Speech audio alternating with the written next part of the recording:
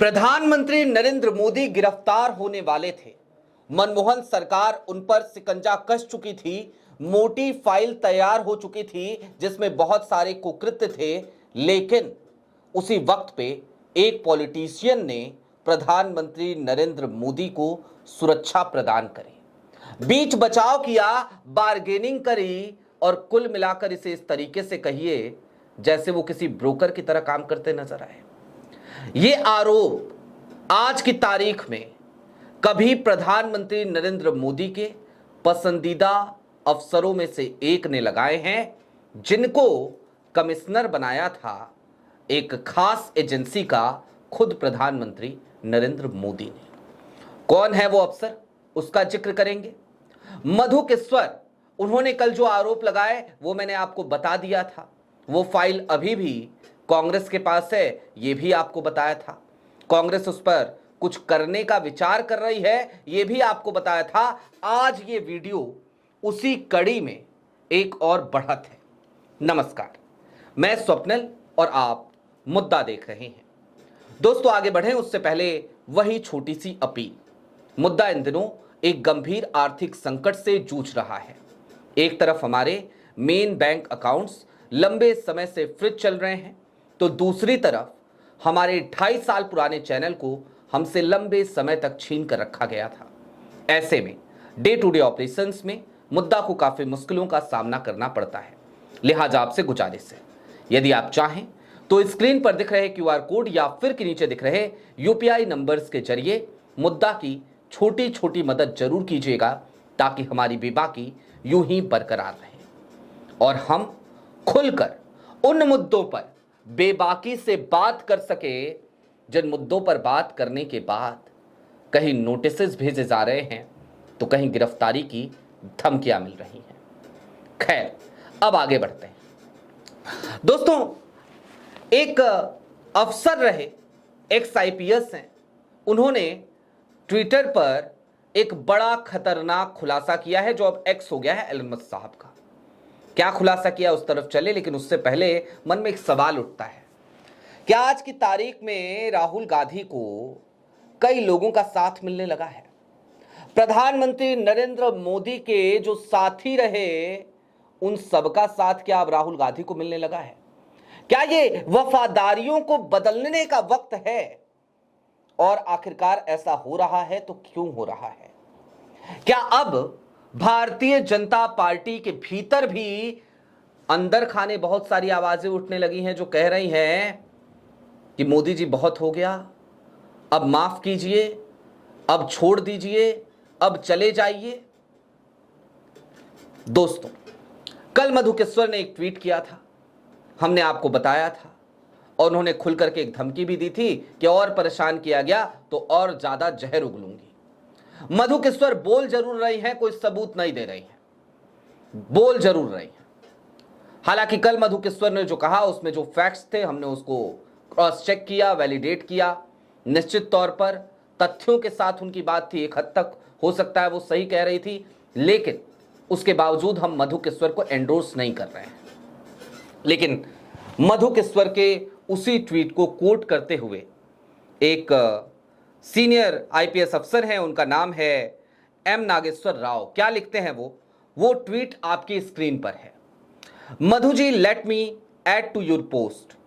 During the UPA years, when the situation was extremely tense for Narendra Modi and there were strong whispers that he could be arrested any day, a senior BJP leader confided in me that Sharad Pawar had played a key role in saving Modi from arrest and loss of his position as Chief Minister of Gujarat. Shiv Sena leader Sanjay Raut also revealed the same in his 2025 book. No wonder Modi repaid the gratitude by confirming the Padma Vibhushan on Sharad Pawar in 2017. बड़ी बात। M Nageshwar Rao, और कौन है M Nageshwar Rao?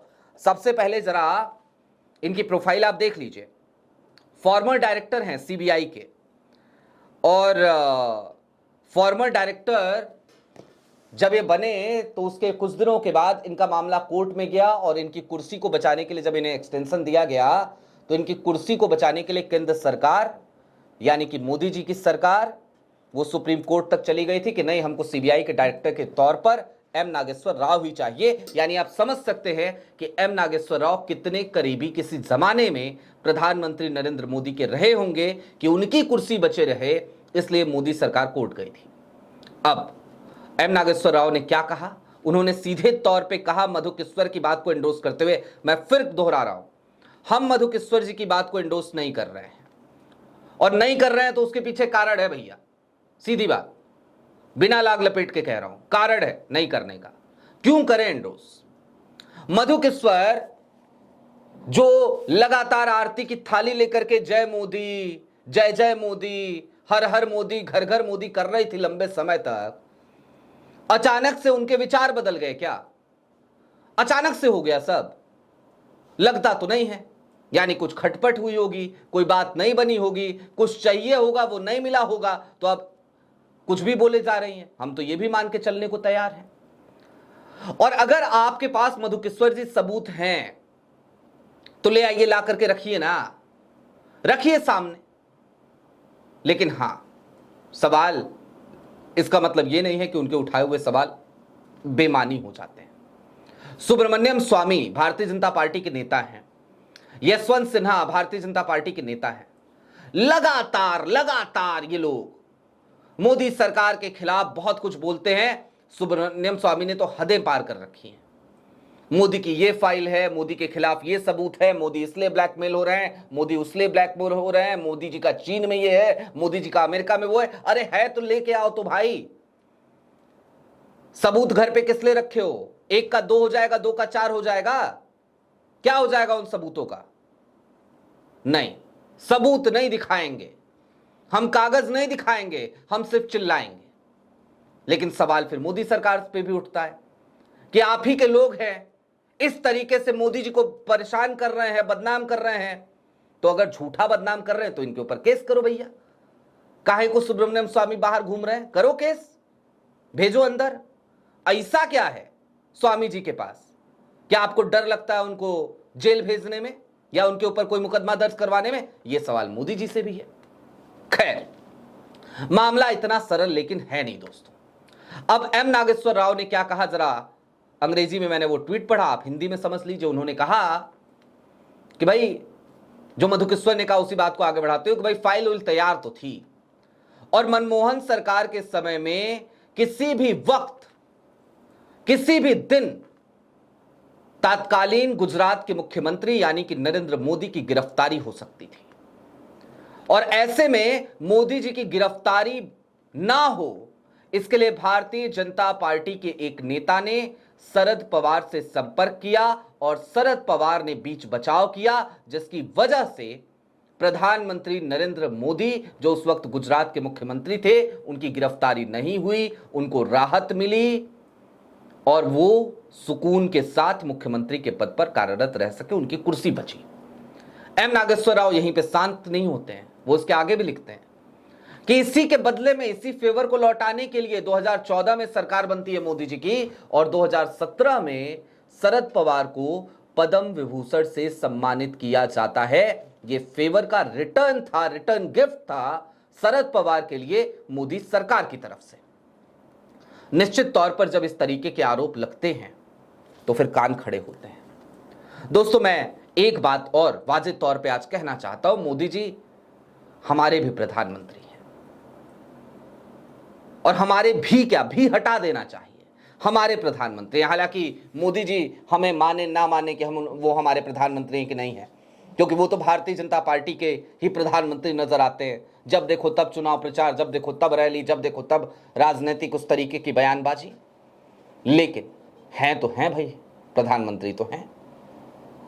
और अगर प्रधानमंत्री हैं तो फिर उनके खिलाफ जब इस तरीके की बातें होती है ना, तो ये कान जो है ना दर्द करने लगता है, बुरा लगता है सुनने में। क्योंकि प्रधानमंत्री की छवि पे अगर उंगलियां उठती हैं, दाग लगती है, तो निश्चित तौर पर देश की छवि खराब होती है, और देश की छवि हर जिम्मेदार नागरिक के लिए दुखदाई है अगर वो खराब हो रही है। अब दोस्तों, बात इतनी साधारण सी है भी नहीं। एक तरफ तो कांग्रेस है, और मैं खुल करके ये भी कहूं कि राहुल बहुत ईमानदार हैं, बहुत ईमानदारी से काम कर रहे हैं, मेहनत कर रहे हैं, खूब कोशिश कर रहे हैं, लेकिन उसके बावजूद मैं नकारा कहता हूं अक्सर विपक्ष को, क्योंकि विपक्ष भी नकारापन की सारी सीमाओं को लांघ चुका है।